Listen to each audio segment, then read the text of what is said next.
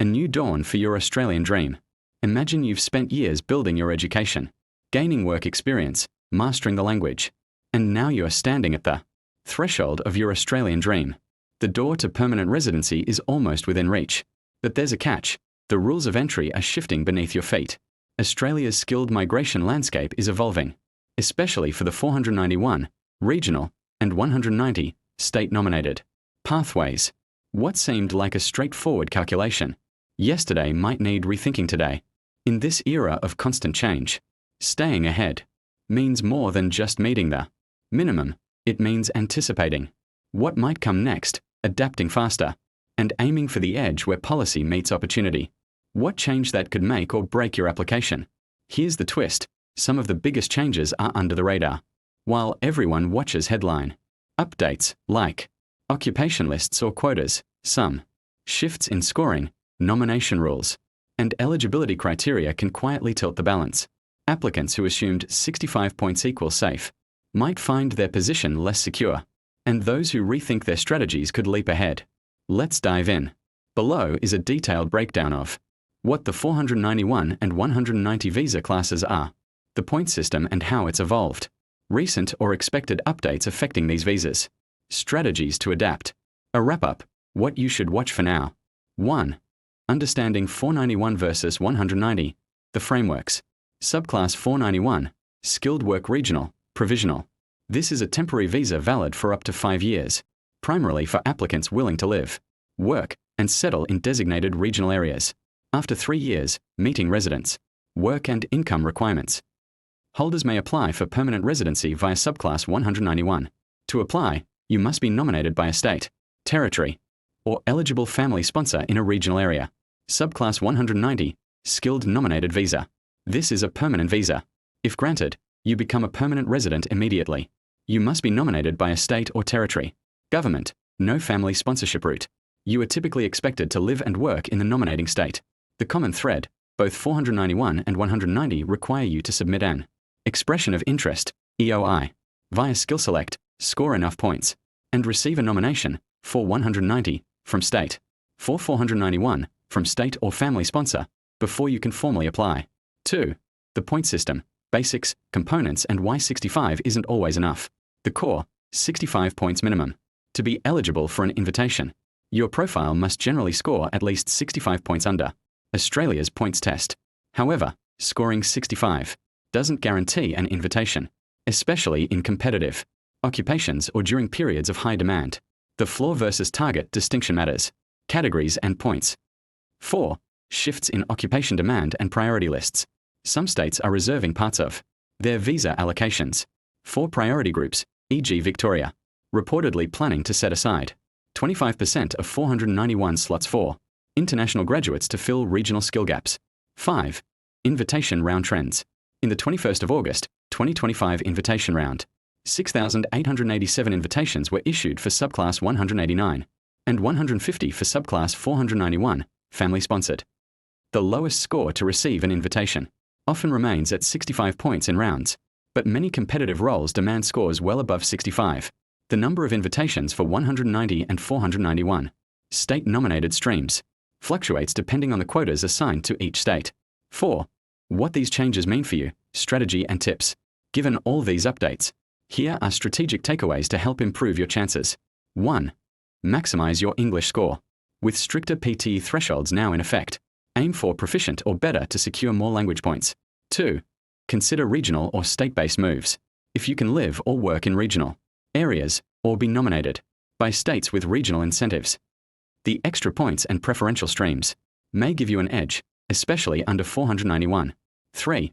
Target states with favorable allocations and relaxed criteria. States currently opening their nomination pools, like Victoria, or those expanding regional quotas may be more accessible. 4. Monitor occupation list changes. A profession just added or shifted into priority demand can be your golden ticket, so keep tabs on state or territory. SOL updates. 5. Build a buffer above 65 points. Given competition, aiming for 70 plus or higher gives you more safety margin, especially in tight fields. 6. Stay abreast of income or work requirement shifts. Meeting the rising income thresholds or proving ongoing regional work might become more important under new rules. 7. Prepare your nomination earlier, because state quotas and allocations are limited and sometimes interim.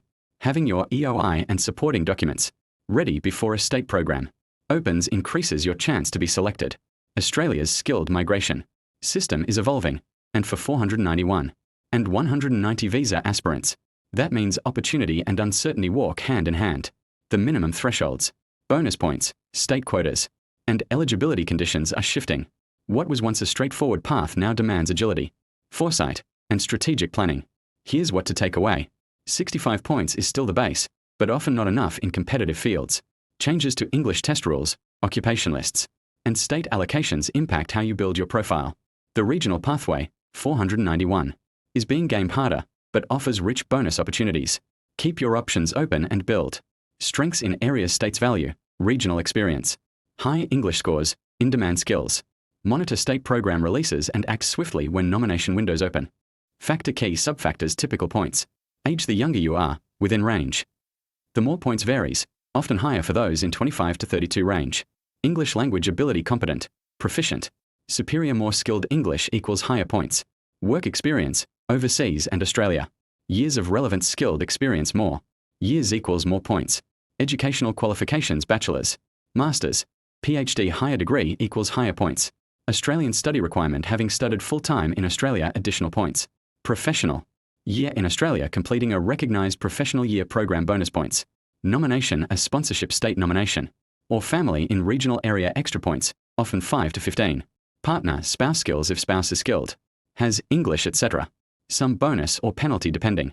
Other factors or regional or designated area living or working in regional. Or studying in regional etc. Additional points in specific cases.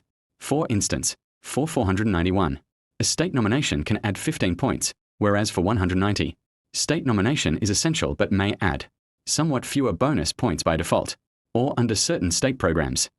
Also, for 491, Tasmania state nomination offers 15 extra points. These increments can make or break whether you cross the threshold for an invitation in a given round. Important caveats and dynamic adjustments. The invitation cutoff. Each skill select round may require a higher cutoff than 65, especially for competitive occupations.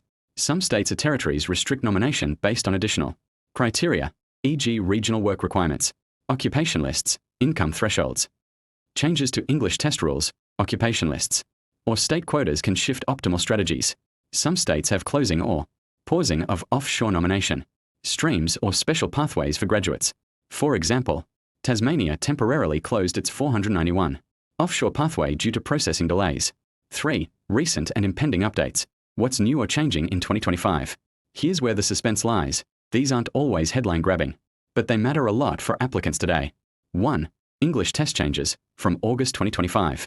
From the 7th of August, 2025, the Australian government updated which English test providers are accepted, and also adjusted minimum PTE academic score requirements for some English levels, competent, proficient, superior. These changes may affect how many points you can claim under language ability, especially if you're using PTE. 2. State program allocations and openings. Victoria has opened its 2025 to 26 skilled migration interim program. 200 places for subclass 190. 180 places for subclass 491. 3. Rising income thresholds and migration strategy adjustments. Starting the 1st of July, 2025, Australia will raise the skilled visa income thresholds by 4.6%, aligning with average weekly earnings. This affects how states consider your employment and income when nominating.